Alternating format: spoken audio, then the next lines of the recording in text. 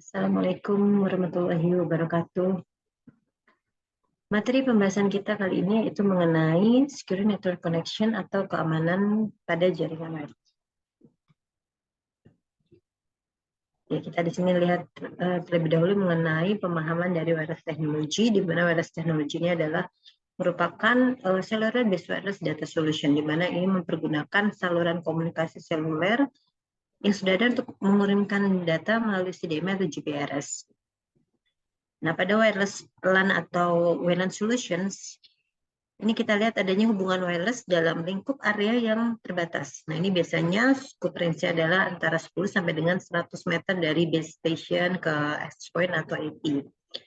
Lalu berikutnya dia akan mulai meningkat sampai dengan 15 mil. Ini disebut dengan WiMAX. Pada teknologi wireless LAN, di sini memungkinkan adanya pengiriman data dengan kecepatan antara 11 sampai 54 megabyte per second. Nah, teknologi ini dikenal dengan sebutan Wi-Fi atau disebut juga wireless fidelity, singkatan dari wireless fidelity. Nah, Wi-Fi ini bekerja pada jaringan 3G dan juga bisa membantu pengguna internet untuk dapat berkomunikasi secara nirkabel. Nah, berikutnya kita lihat apa saja komponen-komponen dari wireless LAN ini. Dan secara umum terdapat 4 komponen utama dalam WLAN. Yang pertama adalah access point, di mana access point ini berfungsi untuk mengkonversikan sinyal frekuensi radio atau RF menjadi sinyal digital, yang kemudian akan disalurkan melalui kabel atau disalurkan ke perangkat WLAN yang lainnya dan dikonversikan ulang menjadi sinyal frekuensi radio. Lalu komponen yang kedua dalam teknologi wireless LAN ini adalah wireless LAN interface atau WLAN interface. Dari WLAN interface ini merupakan peralatan yang dipasang di mobile atau desktop maupun PC. Di peralatan yang dikembangkan secara massal ini dalam bentuk PCMCA atau Personal Computer Memory Card International Association Card. Di PCI card maupun melalui port USB atau Universal Serial Bus. Berikutnya, komponen ketiga adalah mobile atau desktop PC. Nah, ini adalah merupakan perangkat akses yang bisa kita gunakan sehari-hari, ini digunakan oleh user di mobile PC, dan juga pada umumnya ini sudah terpasang port CMCIA. Sedangkan kalau di desktop PC ini biasanya harus ditambahkan satu wireless adapter melalui PCI atau peripheral component interconnect card ataupun melalui USB ataupun Universal Serial Bus. Berikutnya kita lihat komponen keempat dari wireless LAN ini adalah perlunya ada antena eksternal. Ini sifatnya adalah opsional. Ini biasanya antena ini digunakan untuk memperkuat daya pancar dan antena juga bisa dirakit oleh user. Dan standar IEEE 802.11, nah di sini kita lihat ada komponen logik dari AP atau access point, ini adalah SSID yaitu Extended Service Identification. Nah, ini merupakan standar dari IEEE 802.11, di mana pengguna ini harus mengkoneksikan wireless adapter ke access point dengan SSID tertentu agar transfer data ini dapat terjadi. Nah, SSID ini akan menjadi autentikasi standar dalam komunikasi wireless. Dan segi keamanan di beberapa vendor tertentu juga akan membuat satu key atau kunci autentifikasi tertentu untuk adanya proses autentifikasi dari klien ke access point atau AP. Jika kita lihat standar IEEE 802.11 ini dibuat karena adanya rawannya ditemukan kerawanan dari segi keamanan. Ini membuat IEEE ini mengeluarkan standarisasi WEP atau disebut dengan Wireless Encryption Protocol. Ini adalah sebuah aplikasi yang ada dalam setiap PCMCIA card. Wired Equivalent Privacy ini fungsinya adalah untuk mengenkrip data sebelum data ini ditransfer ke sinyal radiofrekuensi atau RF dan mendekriptnya kembali dari sinyal RF atau radiofrekuensi. Berikutnya kita akan melihat masalah keamanan pada wireless LAN. Nah, ini terjadinya cloning handphone MPS untuk mencuri pulsa.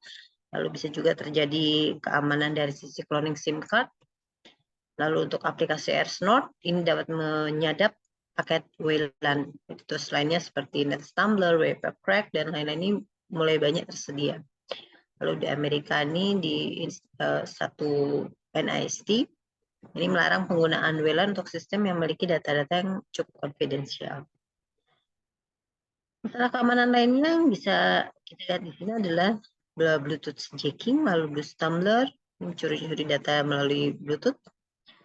Dan juga dapat terjadi pencurian fisik atau perangkat wireless. Ini biasanya kecil ukurannya dan data penyadapan. Bisa disebut dengan man in the middle attack. Passive attack juga dapat dilakukan.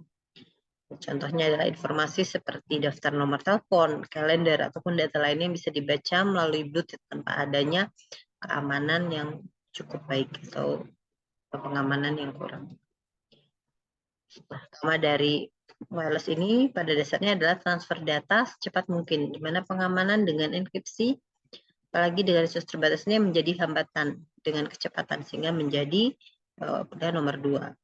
Di mana user juga kurang mengetahui atau kurang paham tentang adanya masalah keamanan. Nah, berikutnya fokus dari sisi keamanan di WLAN ini adalah perlunya identity dan authentication, belum pada confidentiality. Dan ini biasanya dideteksi di device perangkat, bukan usernya. Maka perlunya adanya penambahan PIN, lalu biometrics. Biometrik ini lebih sering dilengkapi sebagai alat autentikasi dengan cara menganalisis karakteristik dari fisik manusia itu sendiri. Ya. Misalnya menggunakan sidik jari, kita bisa gunakan juga retina mata, atau face recognition, cetakan tangan juga, voice recognition juga bisa merupakan bagian dari biometrik untuk pengamanan yang lebih ketat. Nah, pengelolaan sistem dengan banyak access point atau IP menyulitkan, misalnya bagaimana dengan single sign-on, pengguna Dynamics Firewall untuk akses ke jaringan internal.